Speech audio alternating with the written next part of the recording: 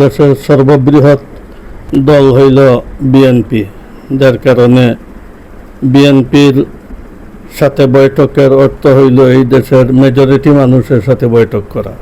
Political party হিসাবে সবচেয়ে বড় দল, যার কারণে এই বৈঠকের সিদ্ধান্ত এটা একক কোনো ছোটোমোটো এক পার্টির সাথে সিদ্ধান্ত নয়।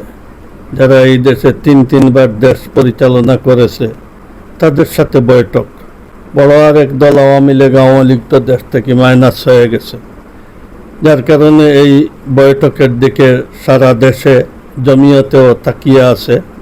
জমিয়তে আশা করে এই বৈঠকে যদি আমাদের মাননীয় উপদেষ্টা, আপনার প্রধান উপদেষ্টা আর তারেক রহমান কোনো একটা এমন সিদ্ধান্তে যদি উপনীত হইতে পারেন যেটা দেশের জন্য কল্যাণ নিয়ে আসবে, তাহলে আমরা খুবই শুকরিয়া জানাবো।